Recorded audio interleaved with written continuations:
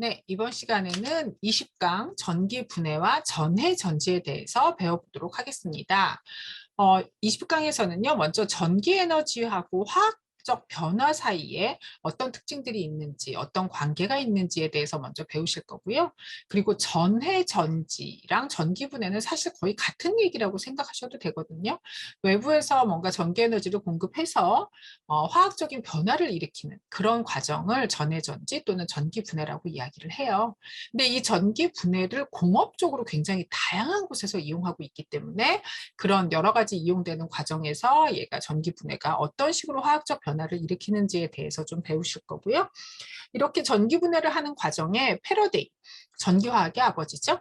패러데이가 이야기하는 전기 분해 법칙이 있어요. 그래서 어떤 전류를 몇 암페아, 뭐 10암페아를 가지고 뭐 얘네를 뭐 3시간 동안 흘려줬을 때 그때 어떤 물질이 얼마나 생기는지 이런 것들, 즉 전기 분해에 있어서 화학 양론으로 연결하는 그 부분을 패러데이의 전기 분해 법칙이라고 이야기를 하는데 이걸 통해서 특정한 전기 에너지를 줬을 때 화학적 변화를 얼마만큼 일으킬 수 있는지를 계산하는 과정까지 이제 20강에서 배우실 거고요.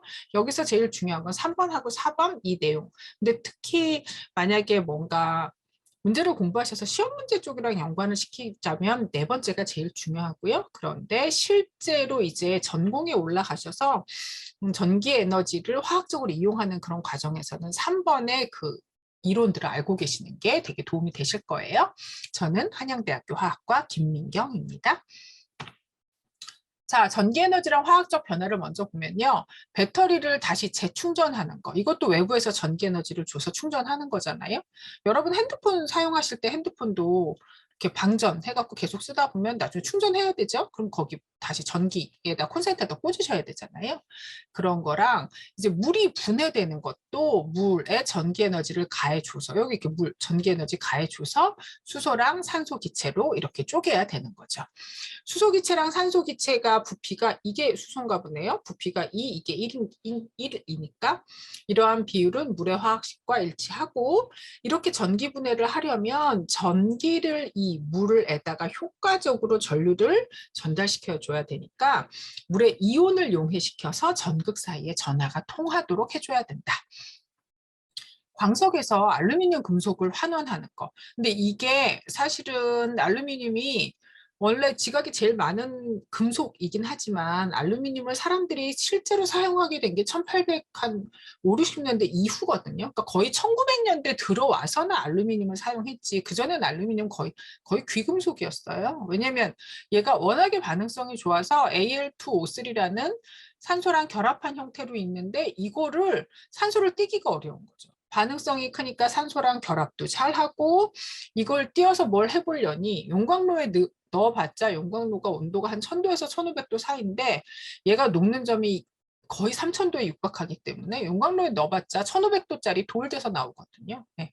그래서 알루미늄 금속이 환원되는 것도 전기에너지를 이용하는 과정이다. 자, 이쪽에서 이제 전해전지에 대한 내용을 보셔야 되는데요. 왼쪽에 그려져 있는 게 볼타전지. 우리가 19강에서 배운 거예요. 오른쪽이 전해전지. 네, 이렇게 되는 건데요. 일단 잘 보세요. 일단 볼타전지는 자발적인 산화환원이었죠. 왜냐하면 아연 판때기랑 구리 판때기처럼 반응성이 다른 애들을 놓고 여기서 항상 왼쪽이 에노드였어요. 산화가 되니까 아연 판때기가 전자를 내놓고 그래서 에노드가 마이너스 극의 역할을 하고 그 내놓는 전자를 오른쪽에 있는 캐소드 즉 구리에 있는 구리 이온이 가서 받아서 그래서 아연은 점점 사이즈가 작아지고 구리는 점점 사이즈가 커지고 근데 여기에 점점 아연이 녹아 들어가니까 플러스 이온이 너무 많아지니까 가운데 염다리에서 마이너스들이 공급돼야 되고 여기에는 플러스가 가서 너무 석출되다 보니까 염다리에서 플러스가 공급돼야 되는 이런 형태로 전기를 흐르게 하는 거였잖아요. 근데 전해전지는 사실 그거와는 상황이 반대되는 과정으로 가는 거죠. 비자발적인 산화환원 반응을 추진하기 위해서 얘는 에너지, 즉 전기 에너지를 집어넣는 거예요. 그래서 외부에 전원이 이렇게 들어있는 거고요. 외부 전원 장치의 플러스 극과 연결된 선, 그 전극이 플러스 극과 연결된 전극에서 이제 어떤 일이 벌어지냐면 외부 전원의 플러스라는 건 여기에 있는 전자를 빼앗아 가고 있는 상황이란 뜻이고요. 그러다 보니까 얘가 전자를 잃는 일이 벌어지겠죠. 그래서 이게 산화 전극, 즉 에노드인데 이 에노드의 뭐를 보자. 이 에노드의 부호를 보면요. 이 전해 전지에서는 자발적인 산화 환원이 아니에요. 그래서 전자를 누가 자발적으로 내놓는 게 아니고 이 외부 전원의 플러스 극이랑 연결이 돼 있기 때문에 빼앗기는 거거든요. 그래서 얘는 에노드를 외부 전원의 그 전하랑 부호랑 같게 잡아요. 그래서 얘가 플러스고 여기는 외부 전원의 마이너스랑 붙어 있으니까 그래서 전자가 공급되는 곳이고 그래서 여기를 마이너스 부호로 쓰고 얘가 캐소드가 된다. 이렇게 보시면 되겠죠. 네. 그래서 볼타 전지랑 전해 전지가 갖고 있는 가장 큰 차이를 물어보신다면 볼타는 에노드가 마이너스, 전해 전지는 에노드가 플러스. 하지만 둘 다 에노드는 산화 반응이 일어나는 곳인데 볼타는 자발적으로 산화 반응이 일어난다면 이번 전해 전지에서는 자발적이라기보다는 어떠한 과정으로 얘가 어쩔 수 없이 외부에서 뭘 주니까 외부에서 플러스랑 붙어 있어서 전자를 빼앗으니까 또는 외부 전원에 마이너스랑 연결되어서 전자를 주니까 어쩔 수 없이 반응이 진행되는 그런 상황이라고 보시면 돼요. 자, 볼타는 자발, 그 다음에 전해 전지는 비자발. 이게 제일 중요한 의미가 되겠죠. 그래서 화학전지랑 전해전지의 전극을 비교하라는 얘기는요. 화학전지는 에노드, 가 왼쪽에 써지고 얘가 산화전극이라고 이야기를 했어요. 한국말 단어는 에노드의 한국어는 양극이고요. 네, 이렇게. 그래서 여기가 산화되는 반응이 일어나는 곳이고 화학전지에서는 캐소드. 여기는 한국말로 음극이라고 사용을 하고요. 네, 그 다음에 얘는 환원 반응이 일어나는 전극이에요. 그죠? 그래서 산화전극은 반응성이 큰 금속을 갖다 놨기 때문에 얘가 전자를 내어놓는 역할을 하는 거라서 에노드, 즉 산화전극의 부호가 마이너스 극이 되는 거고요. 캐소드, 즉 환원전극은 반응성이 작은 구리 같은 애가 이 전자를 받아서 그래서 여기 있던 구리 이온이 가서 이렇게 붙는 거죠. 여기는 구리 이온이 붙고 여기는 아연으로 녹아 들어가는 거니까 이렇게 사이즈가 작아지고 사이즈가 커지고 그래서 이온이 와서 붙는 거니까 얘는 전자가 이쪽으로 들어오잖아요. 그래서 얘는 플러스 극이다. 이렇게 쓰는 게 화학 전지였고요. 이렇게. 근데 이게 전기 분해가 돼버리면 어떠한 상황이 되냐면요.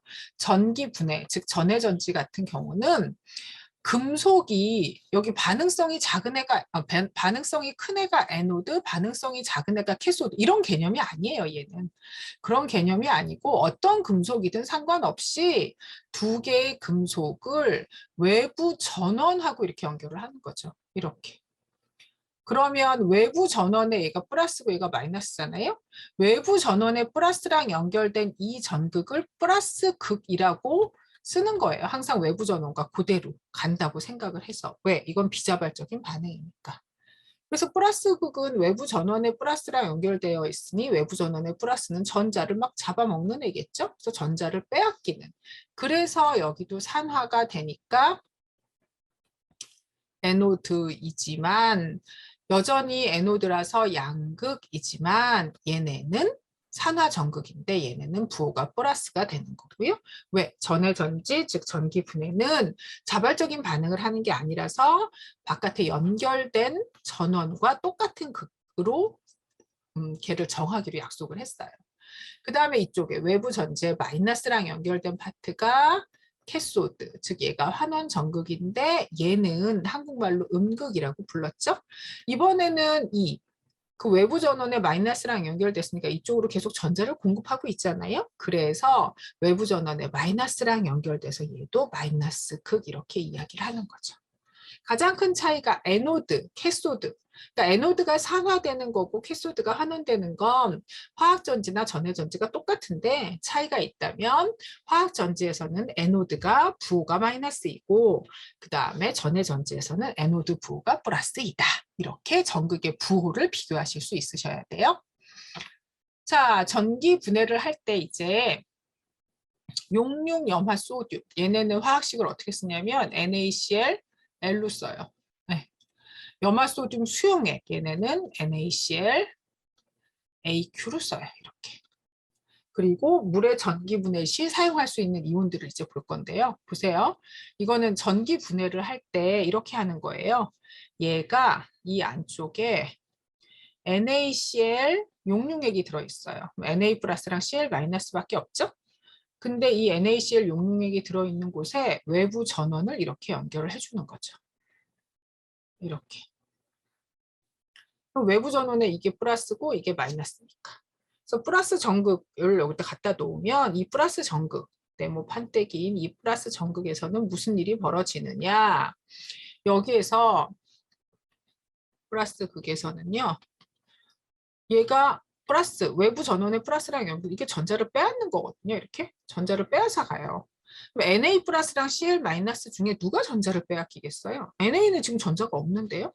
그래서 플러스 극에서 일어나는 반응, 즉 에노드에서 일어나는 반응은 얘는 전지는 플러스 극이 에노드죠. Cl 마이너스가 전자를 빼앗기고 Cl2가 되는. 그래서 여기서는 이제 염소 기체가 막 발생하는 Cl2가 기체가 날아가는 이런 모습이 보여요. 그럼 플러스 여기에 마이너스 극 이쪽이랑 연결된 즉 캐소드랑 연결된 저 전극에서는 이 전극에서는 무슨 일이 일어날 것이냐. 여기는 외부에서 지금 전자를 계속 갖다 주고 있죠.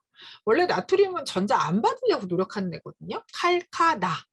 이 전자 버리는 정도가 3번째라서 진짜 전자 잘 버리고 절대 받을 생각 없는데 얘는 지금 용융액이다 보니까 Na 플러스 Cl 마이너스 이 두 종류밖에 없어요. 그래서 아까 Cl은 여기 가서 홀랑 날라갔고 Na 플러스밖에 전자 받을 애가 없잖아요. 그래서 Na 플러스가 전자를 받아서 Na가 됐다. 이때 이제 중요한 건 전자 1몰이 들어가면 Cl은 2당, Cl2라는 분자 하나당 전자 2개가 필요하잖아요. 그러니 만약에 이 상태에서 내가 전자를 1몰 공급하면 Cl2는 0.5몰이 생길 거고 NA는 하나당 전자 하나 필요하니까 1몰이 생기겠죠. 그죠? 근데 NaCl 수용액이 되면 상태가 좀 달라져요. 왜냐? 수용액은 실제로 Na 플러스도 있고 Cl 마이너스도 있고 물이 있잖아요. 물. 그러면 여기에 Na 플러스도 있고 Cl 마이너스도 있고 물도 있네요. 근데 여기에다 이렇게 플러스 마이너스 해서 전기 분해하는 전극을 이렇게 담궈 놓은 거죠. 이 전극을 담궈 놓으면 무슨 일이 벌어지느냐.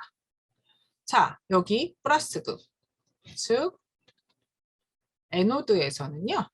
네, 에노드에서는 이제 무슨 일이 벌어지냐면 플러스 극이니까 전자를 빼앗겨야 되잖아요. 그래서 전자를 빼앗기고 싶은데 그럼 마이너스를 띤 Cl 마이너스가 전자를 빼앗길 수밖에 없거든요. 네. 근데 여기에 지금 이 상태 물도 있어요. 그죠? 그럼 여러분 생각에는 지금 이 상태에서 Cl 마이너스가 전자 빼앗기기가 더 쉬울까요? 산소 E 마이너스 얘가 전자 빼앗기기가 더 쉬울까요? 이때 필요한 게 전기 음성도예요. Cl보다 산소가 전기 음성도가 크잖아요. 그래서 산소는 전자 안 빼앗겨요. 그래서 실제로 일어나는 반응은 무슨 반응이 일어나냐면 H2가 그 근방에 있긴 하지만 산소가 Cl보다 전자를 가지려는 힘이 더 크기 때문에 Cl2가 날아가고 전자를 빼앗겨요. 이렇게. 그럼 이쪽 전자가 계속 공급되는 마이너스, 즉 캐소드에서는 무슨 일이 일어나느냐. 이때는 여기에는 전자가 계속 공급되면 전자 받을 수 있는 애가 Na 플러스가 있고 그 다음에 여기 계속 물이 있잖아요. 이렇게. 네. 근데 금속의 이온화 경향 칼카나 나트륨이 3번째죠. 그 다음에 칼카나마, 아라천리, 그 다음에 니켈, 그 다음에 주석, 납, 그리고 수소가 있고 구리수은 어쩌고 나오잖아요. 그러니까 나트륨보다 그 물에 있는 수소 이온, 물은 수소 플러스랑 O2-가 결합한 거라고 생각하라고 말씀드렸죠. 그래서 나트륨은 전자를 받을 수소가 있는데 내가 전자를 왜 받아? 나보다 약한 애가 있는데. 그래서 이 수소가 뭘 해서 전자를 받아서 그래서 H2로 날아가고 두 개의 OH-가 생겨요. 그러므로 지금 이 상황에서는 이제 어떤 일이 벌어지냐면요. 보세요. 마이너스 극에서 환원되는 건 무가 아니고 나트륨은 아무것도 안 하고 그 물, 수용액이니까 물이 환원되어서 H2, 수소기체가 발생하고 OH-가 생기잖아요. 그럼 여기에 물이 이 주변에서 반응해서 OH-가 생겼고 마이너스 극이니까 NA가 근처로는 가요. 마이너스 옆에 플러스가 모이는 거니까. 그래서 NA랑 여기서 찌끄러기로 생긴 OH가 만나서 이 NaCl 수용액을 전기 분해를 하면 여기서 뭐가 생기냐면 NaCl이 생겨요. 이렇게. NaCl이라네. NaOH가 생겨요. 그래서 이게 수산화 나트륨을 만들어내는 과정이죠. 그럼 이때도 이제 그게 있어야죠. 만약에 내가 여기다가 전자를 1몰을 넣었다. 그러면 염소 하나당 전자 2개가 필요한데 전자 1몰을 넣으면 얘는 0.5몰이 될 거고요. 그다음에 얘는 수소는 하나당 전자가 2개 필요하니까 수소는 0.5몰이 생기는데 전자 2개가 들어가면 OH도 2개가 생기잖아요. 그러니까 OH는 전자 하나당 하나가 생겨요. NA는 그냥 주변으로 많이 모여들기만 할 거고. 그래서 NaOH는 전자 1몰이 주어지면 NaOH도 1몰이 생기는 거죠. 자, 그리고 순수한 물은 그거 안 한다 그랬잖아요. 순수한 물은 전기를 못 흐른다 그랬죠. 왜냐하면 순수한 물 같은 경우는 이온이 너무 적어서 H 플러스랑 OH-가 둘 다 10의 마이너스 7승밖에 없기 때문에 얘는 전류가 흐르지 않는다. 그렇게 얘기했잖아요. 그래서 물의 전기분해 시 사용할 수 있는 이온들을 보면 Cl 같은 거 들어가면 안 돼요. 왜냐하면 물 대신 G가 전자를 잃고 Cl2가 나오니까 물에서 산소가 나오게 할 수가 없거든요. 네. 그래서 물의 전기분해 시 사용할 수 있는 이온은 플러스 이온은 누구를 사용할 수 있냐면 칼카, 나, 마, 알 얘네들 쓸 수 있어요. 얘네들이 뭘까요? 반응성 제일 좋은 오인방. 마이너스 이온은 누구를 쓸 수 있냐면요. NO3 마이너스, F 마이너스, F도 뭐 전기음성도 넘버원이니까 CO3 2 마이너스, PO4 3 마이너스 이런 애들 마이너스적인 SO4 2 마이너스. 마이너스적인 성격이 너무 강하고 음이온 자체가 안정한 이런 녀석들을 쓸 수 있어요. 하지만 이 플러스 이온이랑 마이너스 이온을 연결하는 과정에 있어서 만약 내가 CA랑 SO4를 연결한다. 이렇게 하면 큰일 나죠. 왜냐하면 얘네 두 개는 플러스 2, 마이너스 2니까 물에 안 녹는 황산 칼슘 이게 섞어거든요. 그럼 전기분해 시 사용할 수 있는 이온인데 녹질 않는데 뭐. 그래서 이 플러스 이온과 마이너스 이온의 종류는 알고 계시되 얘네를 가지고 연결해서 실제 이온을 그러니까 이온으로 사용해서 전류를 잘 흐르게 하려면 칼륨 같은 애랑 황산 이런 거 연결하면 괜찮죠. 물에 잘 녹으니까. 그래서 용해도 규칙이랑 연결해서 생각을 하셔야 돼요. 자, 그러면 이게 이제 다 지금 설명했던 내용들인데요. 염화, 이거 어디 갔니? 여기 있다. 찾아내라. 용융, 염화, 소듐 이거잖아요. 그러니까 완전히 여기에는 Na 플러스랑 누구밖에 없다고요? Cl-밖에. 그죠? 플러스랑 연결된 데가 플러스 극이고 전자를 빼앗기는 산화 전극이니까 Cl-가 전자를 빼앗겼다. 환원 전극은 Na+가 전자를 받았다. 네, 이게 다예요. 자, 염화 소듐 같은 경우는 여기서 환원 전극, 환원이 되는 건 마이너스 극이잖아요. 마이너스니까 플러스를 띤 Na 플러스랑 물이 가는데 말씀드렸죠? Na는 전자 안 받는다니까. 왜? 물에 들어있는 H 플러스가 훨씬 약하거든요. 그래서 H2랑 두 개의 OH 마이너스가 되고요. 산화전극, 즉 플러스 극에서는 염소랑 산소를 보면 염소가 더 전자를 잘 빼앗기거든요. 그래서 염화이온에서 전자를 빼앗기는. 그래서 이런 과정이 된다라는 거 아까 설명했어요. 물은 용액 중에서 전류를 운반하는 Na2SO4와 같은 전해질이 필요하다라고 이야기했는데 이 전해질은 아까도 얘기했듯이 이온이 칼카나마알 그 다음에 이 5개의 음이온들 중에서 침전을 만들지 않고 물에 잘 녹을 수 있는 녀석들. 그래서 주로 Na 같은 애들, NaK 이런 애들이 많이 쓰여요. 자, 그래서 얘네를 가지고 반응시키면 산화전극에서는 물에 있는 산소 O2-니까 걔가 전자를 잃고 환원전극에서는 물에 있는 H 플러스가 전자를 받는 거고. 근데 다 더했더니 이쪽이랑 이쪽 합해서 뭐가 되고 4개의 물이 되는 거고. 여기는 이거 합하니까 6개의 물이 되는 거고 그래서 얘네를 4개의 물이라고 생각해서 이렇게 나누면 2개의 물만 남고 그러므로 알자 반응은 2개의 물이 2개의 수소랑 하나의 산소 기체로 나뉘는 반응이다. 이렇게 볼 수 있죠. 자, 소듐은 용융 염화소듐을 전기 분해하는 건데요. 염화소듐이랑 그다음에 염화칼슘 혼합물이 순수한 소금은 801도에서 녹는데 얘네를 혼합시키면 이건 근데 왜 그런지는 잘 몰라요. 네. 그 알루미늄 분해할 때도요. 네. 알루미늄 전기 분해해서 알루미늄 얻을 때도 산화 알루미늄 전기 분해해서 알루미늄 얻을 때도 산화 알루미늄은 거의 3000도 돼야 녹는다 그랬잖아요. 근데 그 산화 알루미늄을 빙정석이란 애랑 섞으면 1000도면 녹거든요. 왜 녹냐 물어보면 아직 정확한 메커니즘은 모르거든요. 그래서 얘네들의 혼합물은 훨씬 녹는 점이 낮기 때문에 그걸 집어넣어서 NaCl과 여기서 염화칼슘의 혼합물로 만들어 가지고 산화환원 반응을 시켜서 용융 염화소듐에서 소듐, 나트륨도 찾아내고 Cl2도 얻어낸다. 염소랑 수산화소듐 제조하는 게 염화소듐 수용액. 아까 말씀드렸잖아요. 염화소듐 수용액을 하면 Cl은 Cl2 기체가 돼서 나오니까 상관이 없는데 여기서는 누가 나온다. 여기 누가. 물에 있는 H가 전자를 받아서 H2가 나오는데 이쪽에 누가 많이 몰려 있으니 Na 플러스가 왜냐하면 이쪽은 마이너스 극이고 그래서 Na 플러스는 마이너스 극 쪽으로 이동을 하기 때문에 결국 NaOH가 생성물이 돼서 나올 수 있다. 알루미늄 생산하는 건 말씀드렸죠? 예.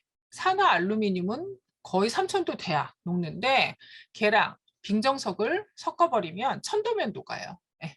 그래서 플러스 극, 이게 지금 흑연으로 된 전극이고요. 플러스 극이면 여기에서 누가? 알루미늄은 Al3 플러스와 산소 2-가 있잖아요. 그럼 플러스 극에선 산소가 이쪽으로 가서 전자를 빼앗기고 O2가 돼요. 그 다음에 Al3 플러스는 여기 바깥에 흑연으로 도포된 환원 전극에서 그러니까 표면에서 Al3 플러스가 전자를 받아서 알루미늄이 돼서 액체로 떨어지거든요. 근데 이제 문제는 뭐냐? 산소 기체가 굉장히 온도가 뜨겁단 말이에요. 온도가 거의 1000도 정도 되는데 흑연하고 산소 그러니까 탄소와 산소가 만나면서 온도가 1000도예요. 그래서 이산화탄소가 막 날아가거든요. 이렇게 이산화탄소가 생기니까 이 알루미늄 생산할 때 흑연 전극은 계속 교체해 줘야 돼요. 그리고 사실 이때 생긴 이산화탄소는 지구온난화의 주범 아닌가요? 아니요. 이때 생긴 이산화탄소는 모아가지고요. 드라이아이스 같은 거 만든다든지 이산화탄소가 필요한 산업에 이용해요. 얘는 집약적으로 생기기 때문에. 그 이상기후에 문제가 되는 이산화탄소는 그 연료가 탄다든지 그런 식으로 사람들이 살아가는 과정에서 조금씩 나오는 물론 산업적으로 나오는 것 중에서도 공기 중으로 방출되는 애들이 문제인데요. 이렇게 되는 이산화탄소는 모아서 딴 데 쓰거든요. 자, 전해정제, 이걸 재련이라고 부르는데요. 전기분해 과정을 이용해서 순수한 금속으로 만드는 과정이에요. 구리는 알고 계시는 대로 전선에 쓰잖아요. 전선에 쓰는데 전선은 전기가 흐르는데 불순물이 조금만 있어도 전기가 흐르는데 저항이 커져서 전선이 끊어지거든요. 그래서 구리는 99.99% 정도는 돼야 전선에 쓸 수 있어요. 그래서 구리를 처음에 이제 얻어내면 얘는 구리인데 99%짜리. 오, 순도가 높네요. 아니요. 이거는 뭐 구리, 전선으로 쓰는 구리인데 99%면 이건 100% 고압선 만들면 무조건 끊어져요. 저항이 커져서. 그래서 이렇게 구리 99.99%. 그럼 이제 어떻게 하냐면요. 얘네를 구리 용액이 있는 곳에다 담그고요. 네. 외부 전극에 플러스 마이너스 이렇게 연결을 해줘요. 플러스 마이너스. 그러니까 플러스랑 연결된 곳이니까 얘네는 전자를 빼앗기지 않겠어요? 이렇게. 그래서 여기가 에노드예요. 산화가 일어났으니까. 부호는 플러스지만 에노드는 말 그대로 양극이라고 번역을 하죠. 이 구리 99%짜리 저 불순한 구리거든요. 이 불순한 구리는 전자를 빼앗기니까 여기서 구리 이온이 돼서 나오기도 하고, 근데 1%의 그 불순물이 주로 누가 있냐면 철, 니켈 이런 애도 들어있고요. 은이나 금이나 백금도 들어있어요. 네. 근데 보면 만약에 백금이다. 그 옆에 구리가 이렇게 있잖아요. 이렇게. 근데 여기서 전자를 빼앗죠. 그러면 구리 전자 빼앗기니까 이온으로, 얘도 전자 빼앗기니까 이온으로, 얘도 전자 빼앗기니까 이온으로, 얘도 전자 빼앗기니까 이온이 돼요. 그러니까 얘네가 다 이온이 돼서 물에 녹았어. 근데 얘는 워낙에 반응성이 작아서 전자 안 빼앗기거든요. 옆에 나를 둘러싸던 구리들이 이온이 돼서 녹았으니까 나는 그냥 밑으로 떨어지죠, 이렇게. 그래서 은, 금, 백금처럼 구리보다 작은 반응성이 작은 금속들이 바닥에 떨어져요, 찌끄러기로. 이걸 양극 찌꺼기 이렇게 얘기하거든요. 자, 그러면 여기는 전자가 계속 공급되겠죠, 이렇게? 전자가 공급이 되면 여기 있는 이온 중에 구리 이온들이 가서 달라붙겠죠. 철은 붙고 싶지만 구리보다 반응성이 커서 전자를 받을 생각이 없어요. 구리가 이렇게 많이 있는데 내가 전자를 뭐하러 받아? 얘는 아예 은, 금, 백금은 이온이 아닌 알갱이 상태로 떨어졌고요. 그러니까 여기가 점점 커지면 얘네들은 순도 99.99%짜리 순수한 구리가 나오는 거죠. 이게 불순한 구리를 순수한 구리로 만드는 과정. 재련, 전해, 정제 과정이에요. 근데 이게 이제 좋은 게 뭐냐면 구리 이렇게 해서 순수한 구리 만들 때 전기료가 뭐 구리 1톤 만드는데 4천만 원 든다. 그러면 옛날에는 이 은하고 금하고 백금 바닥에 찌꺼기 있잖아요. 얘네 팔면 4천만 원이 됐대요. 근데 요즘에 전 세계적으로 금이나 뭐 은 이런 애들 가격 엄청 올랐잖아요. 그래서 요즘엔 이게 뭐 3억? 이 정도 하나 봐요. 그러니 구리를 정제하는 그 과정만으로도 돈을 버는 과정이 될 수도 있겠죠. 자, 구리 전에 이렇게 불순물이 섞인 구리를 산화, 순수한 구리를 환원 전극에다 놓고 하면 귀금속 불순물은 산화되지 않고 밑에 쌓인다. 쉽게 산화되는 아연하고 철, 니켈 이런 애들은 양이온으로 용액에 남고 여기는 구리만 가서 붙는다. 이렇게 전해 정제를 하는데 공업적으로 많이 이용해요. 자, 패러데이 아저씨가 얘기한 전기분해 법칙은 뭐냐면요. 이런 전기분해 과정에서 석출되는 물질의 양은 소모된 전기량에 비례하는데 이 소모된 전기량, 전기가 얼마나 소모됐느냐 이거를 전극 반응에서 이용한 전자수랑 물질의 분자량을 가지고 계산할 수 있다 이거예요. 보실까요? 이 패러데이는 하나의 단위를 알아야 되는데 1패러데이라는 값이 있고 걔는 96,500 쿨롱이에요. 1쿨롱, 전하량 1쿨롱은 1암페어 곱하기 1세크가 되고요. 1패러데이란 다른 말로 얘기하면 전자 1몰의 전하량이거든요. 그러니까 전자 1몰이 있으면 걔는 항상 96,500 쿨롱.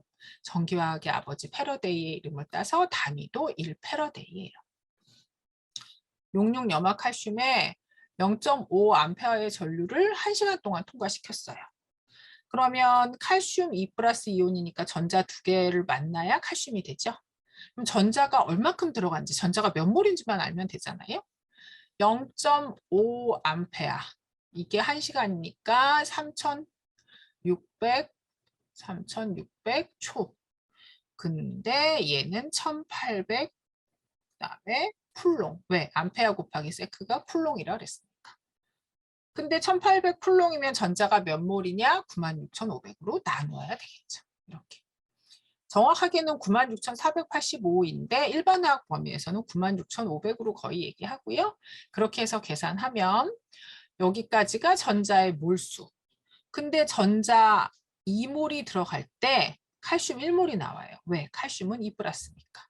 그래서 2분의 1을 하는 게 칼슘의 몰수, 그리고 칼슘의 원자량은 40점, 칼슘의 몰질량은 40.078g이므로 0.37g이 나온다.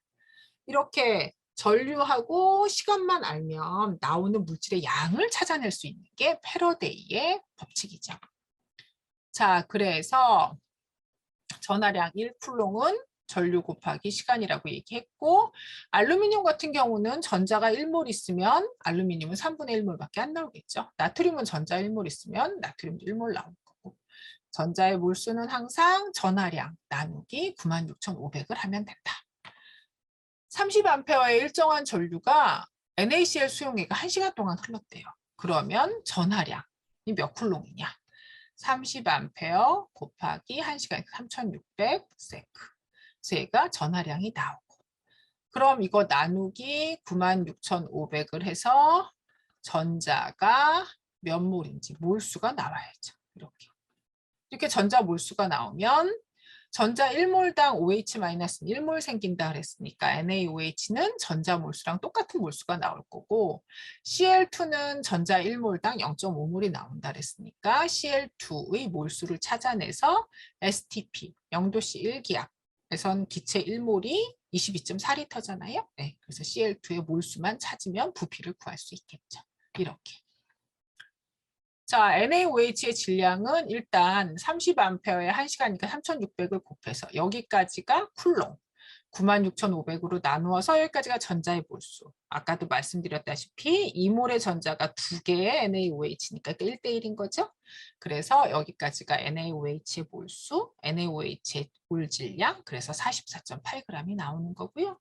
Cl2 같은 경우는 여기까지가 똑같이 뭐예요? 전자의 몰수. 근데 Cl2는 전자 2몰당 1몰이 나오니까 여기까지가 Cl2의 몰수.